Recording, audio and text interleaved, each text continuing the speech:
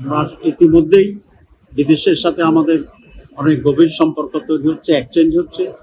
যে সমস্ত miss propaganda ছিল অনেকটাই অপনোদন করতে আমরা সক্ষম হয়েছি। বাংলাদেশে এখন যে নিরাপত্তার সমস্যা, আমরা এমন একটি দেশ করব যেখানে পুরুষ তো বটে, একজন মহিলা নির্বিঘ্নে রাত 2টায় তার পথ চলতে পারে।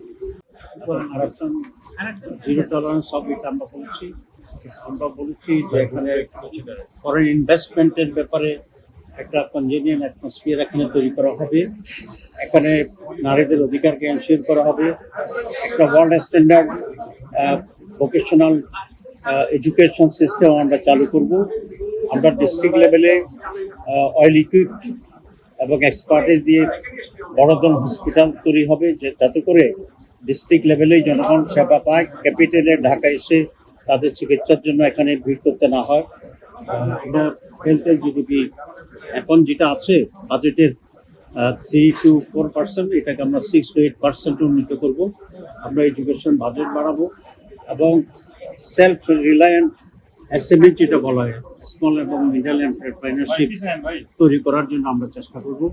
আমরা এখানে প্রোডাক্টিভ টেকনিক্যাল বেস এগ্রিকালচারের উপরে আমরা জোর দেব, যাতে করে ফুডে আমরা সম্পূর্ণ হয়ে আমরা একটা এক্সপোর্ট করার মতো পজিশন আমরা যেতে পারি।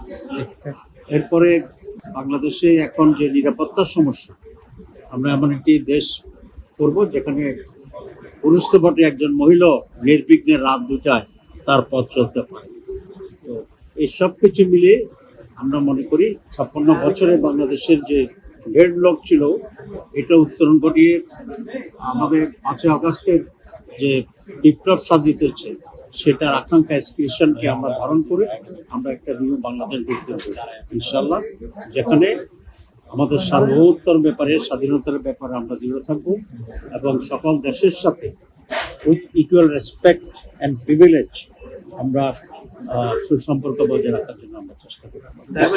আমাদের silent features of the hour policy. আজকের এই প্রোগ্রামে অনেক দেশের কূটনীতিকরা এসছে, তো আপনাদের এই কর্মসূচির মাধ্যমে বিভিন্ন দেশে বা বাইরের দেশে আসলে জামাত সম্পর্কে বিভিন্ন যে নেগেটিভ প্রচারণা ছিল সেটি আসলে কমে যাবে কিনা এবং তাদের তাৎপর্যটা কি আজকে এই প্রোগ্রামে আসে?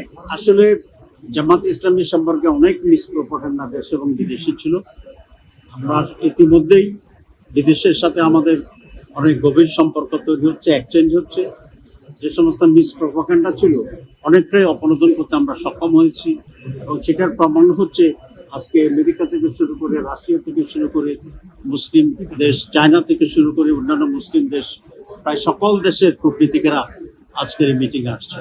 এটাই প্রমাণ করে যে তাদের সাথে আমাদের একটি ওয়ার্কিং রিলেশন আছে এবং জামাত সরকার আসলেও তারা জামাতের সাথে কাজ করবে বলে আমাদের সাথে তারা প্রতিষ্ঠিত করে।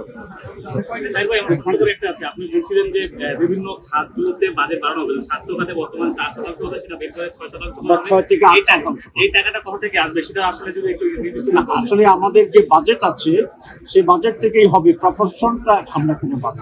সেক্ষেত্রে অন্য সেক্টরগুলোতে বাজেট ঘাটতি দেখা দেবে কিনা? বাজেট ঘাটতি দেখা দেবে না, এই জন্য আমাদের অনেক জায়গায় বাজেট অ্যালোকেশন হয় দুর্নীতির কারণেই 50% খাইয়ে ফেলে। সুতরাং আমরা মনে করি যে দুর্নীতি মুক্ত যদি আমরা গভর্নেন্স করতে পারি তাহলে অন্য সেক্টরেও বাজেট ঘাটতির কোনো সম্ভাবনা থাকে না।